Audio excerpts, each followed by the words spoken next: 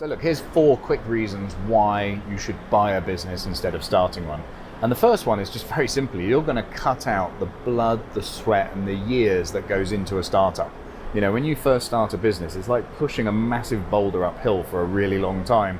And you get to cut all of that out and go straight to staff, customers, operations, a website, a logo, you know, all of that stuff that you normally have to pour lots of effort into creating. So it's a great way of shortcutting that first bit. The second one is the kind of instant scale.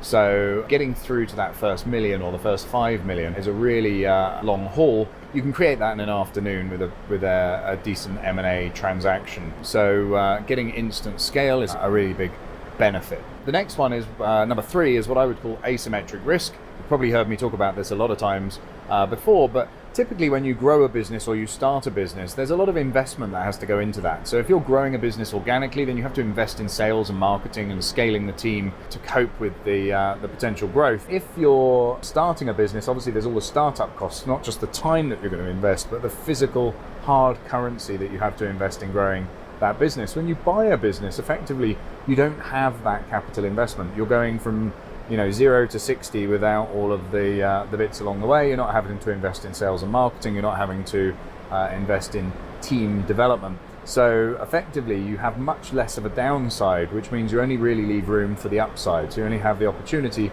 to benefit and not the opportunity to lose from the transaction.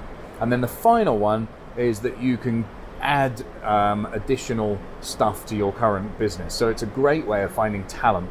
So you'll often find there are some really talented people who are working in your competitors' businesses, and by buying that business, it's a great way of getting that talent. So instead of headhunting and just getting the person and paying them a massive salary, buying the business and getting all of the revenue and the customers and the talent can be a fantastic way of doing it.